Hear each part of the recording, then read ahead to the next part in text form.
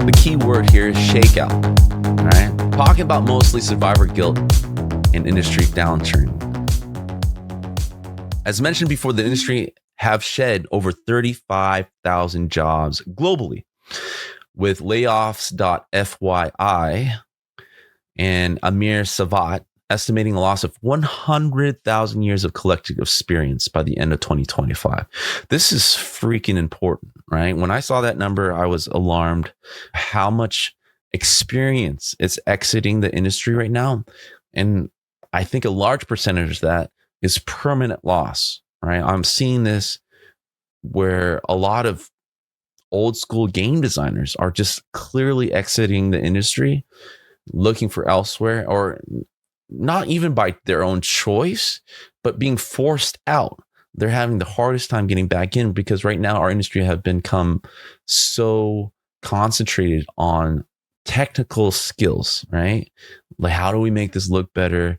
And we're pushing away from the fundamentals of game design, the ones who have a strong philosophy behind game design, the ability to have the kind of ability that I feel that is irreplaceable, that have made the game industry so great during the PlayStation 2, PlayStation 3 era, that is fastly disappearing. Right? I think there's like a lot of empty, soulless games being put out right now that are a poor shadow itself, Frankenstein together. So with all this shakeout that's happening, there's a lot of structural issues that are happening. There are a lot of structural issues that is really fueling this shakeout. So AAA titles costs have soared, right? Up to 200% in recent years. At the same time, investors have been pulling back because of the COVID hype about the metaverse and NFT and all this crap that never panned out, blockchain, and console PC segments dipped 15% in 2024, 2025. GameIndustry.biz captures the sentiment with survive until 2025, which have been like the last hope since this layoff happened in 2022. But even 2025, like I said before, with 15,000 jobs already gone, it haven't really hit that reset that everybody was hoping. And it's still, I would say, in a stalemate right now. Like, things are really stalling this year. We're dealing still with the after effects of letting go with a lot of people. The most interesting about this is like the survivor guilt of it all. A lot of people are talking about one aspects where a lot of jobs are being lost and those unemployed are having the toughest time. But those people who still have jobs are really going through their own struggles as well. All right, we talked about crunching earlier, but 40% of the remaining developers per GDC 2025 data, there's 20% productivity drops, right? And pushing 10% to leave the industry. So the people who are remaining are just holding on until they find something better. And this, of course, is because what loyalty is left when you see everyone in your cubicle gone for doing nothing wrong, right? Just because of budget cuts. And it just is a signal that the industry is not healthy. And if you're looking at long term, do you really want to just keep working on the project, giving it your best, or are you going to spend half that time, especially when you're working remotely, to plan your future better?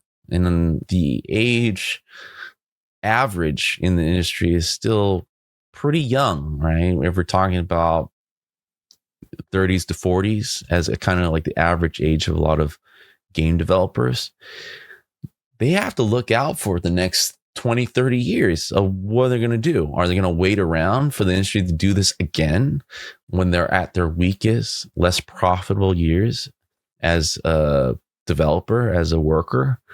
So a lot of people, as the data shows, are spending the time, if not half the time, already exiting mentally from the industry itself. So the mental health of anxiety and the loss of security. There's a lot of devs just mourning their lost teammates and just spending the time just scared about themselves being cut. So how are their companies responding? Companies like EA respond, and others in Obsidian's 2025 layoff archive cite market adjustments for hundreds of layoffs, with GDC urging preventive measures like contract models. Contract models as in the visual effects companies, right? A lot of visual effect companies implemented contracts on a per project basis. And in a way, it does show a little bit more stability in the sense of when you start and when you end. That gives you a sense of control, at least, of being able to plan ahead before your contract ends to look for something else. However, we all saw how that kind of played out. The visual effects industry is pretty much non-existent in North America. It's not a great solution. A lot of those visual effects guys and gals have tried to transfer to the game industry for the fact that the game industry is a lot more stable, right? They want longer term job security. They don't want to keep jumping around from job to job, right? And always worrying about what's next and never feeling comfortable. I don't like the suggestion, especially when it already says that a lot of implementation of this have been lagging. And GameDeveloper.com notes lingering morale damage despite lower cuts.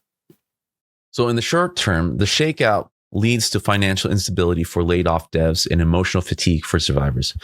With productivity drops of 20% or more, slowing innovation in studios industry-wide, it causes talent shortages, delaying projects, and inflating hiring costs amid mergers. The long-term effect over the next 3 to 5 years of this shakeout may build coping mechanisms like peer networks, hopefully something better than LinkedIn, but right now, mostly LinkedIn, for mental health and diversify skills for multi-sector roles. This I do see a lot, right? A lot of people are upgrading their skills and doing much more than their kind of like focus discipline. So enhancing career mobility. The industry could shift to leaner models with better forecasting, reducing volatility and fostering 50,000 new jobs by 2028, as per Newzoo forecasts, while standardizing support programs to improve retention. So just 3 more years, guys. Just stick around 3 more years and things should be better. And it does feel pretty accurate. Everyone kind of held on to 2025 as the time that we rebound, but I have been personally seeing a stalemate in progress. A lot of companies are really focusing on efficiency, which in some respect, I agree, right? There have been a crazy amount of overspending, but I also see a lot of companies, because of being focused on efficiency, are really slow on ramping up, right? Which means that they are really considering per role, per discipline when looking at adding headcount to their team, which means those 35,000 jobs lost since 2022, a large percentage of that will be permanent losses because the ramp up percentage is so slow compared to the job losses that are continuing, that the new talent coming in will have a better chance, better optimism for these jobs that will open up. And unfortunately, I think that is probably in the long term better. That's coming from someone who's been in the industry for a long time, but you need new blood in these roles, sitting in these chairs without the fatigue or stress or post-traumatic stress of what have happened, right? To focus on the game, make better games so that the industry as a whole can rebound. Because in the end, the gamers have to feel the worth of these games and consistency of how good these games are to buy them and drive that bar chart up for investors and to restore their confidence in the game industry to be more predictable.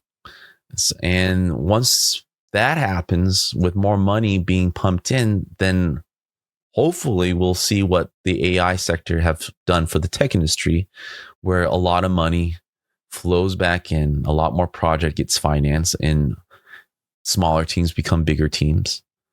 But if you think of that process alone, that's going to take a couple of years from here, right? It's not going to be next year.